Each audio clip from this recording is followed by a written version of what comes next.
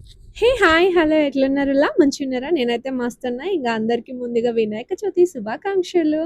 So, ఇంగ మేమైతే ఇట్లా రెడీ అయిపోయినామన్నట్టు ఇప్పుడైతే మస్తు బిజీగా ఉండుంటారు అందరూ. నిజంగా వినాయక చవితి అంటే ఎంత కోలాహలంగా ఉంటుందండి. మా ఇంటి దగ్గరైతే అసలు చాలా బావుంటదనమాట.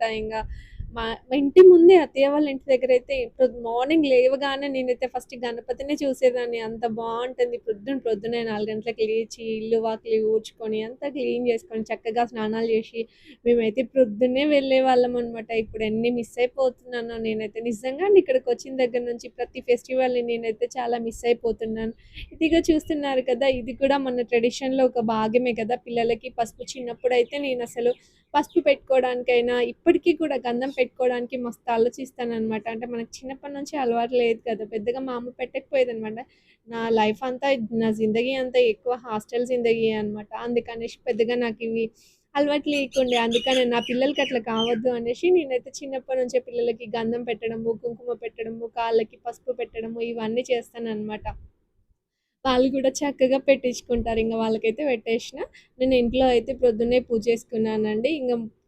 తొందరగా పని జేసుకొని మాకిక్కడ మందిర్ ప్రోగ్రామ్ ఉంటుందనమాట. మందిర్‌లో వినాయకుడిని పెడతారు.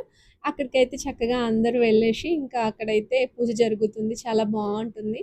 అనేసి ఇంగ ఫాస్ట్‌గా నేనైతే ఇంట్లో పని జేసేసుకున్నాను. వీడియో కూడా పెద్దగా తీయలేదనమాట. కొంచెం వెళ్ళే ముందు రెడీ అయిన తర్వాత ఇంకా కొంచెం ఇట్లా వీడియో అయితే నేను తీసుకున్నాననమాట. ఇంగ నా చిన్నప్పటి ఏమంటారు చిన్నప్పటి రోజులైతే నిజంగా అండి గణపతి వచ్చింది అనంటే నేను కేవలం ప్రసాదం కోసం మాత్రమే వెళ్ళేదాన్ననమాట. అంత ఇష్టమనమాట. లైన్‌లో నిలబడి పిల్లలందరూ ఇప్పుడు పిల్లలు ఎక్కడ నిలబడుతున్నారో అంత ఓపిక, తీరిక ఎక్కడున్నాయి కానీ మేమైతే అసలు ప్రసాదాల కోసం అయితే ఎగ్గబడేవాళ్ళం అనమాట. సో, వీడియో అయితే ఇది. వీడియో నచ్చితే కనుక తప్పకుండా ఒక చిన్న లైక్ ఇవ్వండి ప్లీజ్.